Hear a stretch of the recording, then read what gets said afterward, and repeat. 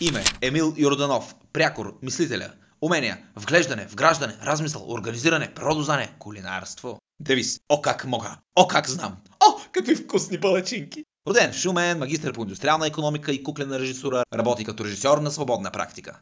Обича да гледа изгрева над Балкана, кърската работа и палачинките. Един ден, докато седи пипер в саксия на балкона на панелката, открива, че не чува жужелето на пчелите. Това коренно променя живота му. Предлага брак на щуравата, женят се и стават част от седмината жители на малко селце в Балкана. Име Десислава Йорданова. Прякор щуравата. Девиз няма значение какво, давай да го правим.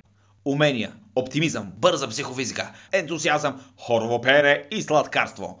Родена в Стара Загора, дипломиран бакалавър по куклено актьорско майсторство. Работата в театъра толкова й харесва, че решава да основе свой собствен. Междувременно приема предложението за брак на мислителя и му ражда 2 деца. Ежедневно размества мебелите в хола единствено и само за да види как изглеждат. Име Силвия Тенева. Прякор душичката. Умения наивизъм, съпричастност, търпение, здравословно хранене, мокър филц. Девиз доброто винаги побеждава. Родена в долината на розите и тракийските царе. Завършва надвис в класа на щуравата и педанта. Участва в няколко частни проекта. Възмутена от насилието над актьорската природа, с което се сблъсква, се отдава на медитация, йога, брак с педанта и майчинство. Име Георги Тенев. Прякор педанта. Девиз рано пиле, рано пее. Умения енергичност, педантичност, работохоличност, сапунджийство. Уоу! Роден в центъра на вселената, завършва надвис, работи всичко и по-много, за да не му остава време за размисъл. Накрая все пак се замисля, което довежда до брак с душичката и скорострелно бащинство. Последното само го амбицира да работи още повече.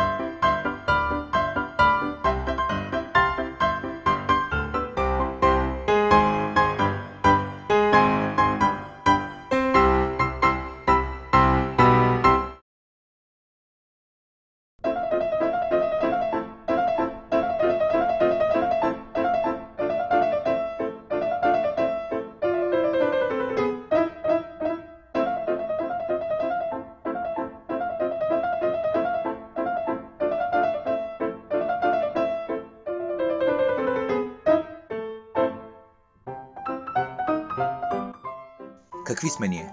Куклени артисти, нали? Ще направим представление за проблемите на околната среда. Ще пътуваме, ще играем по улици, градинки и площади. Ще разкажем на хората за замърсяването, за разхищаването на природни ресурси, за изсичането на горите. Хората ще се замислят и ще започнат да се грижат за природата.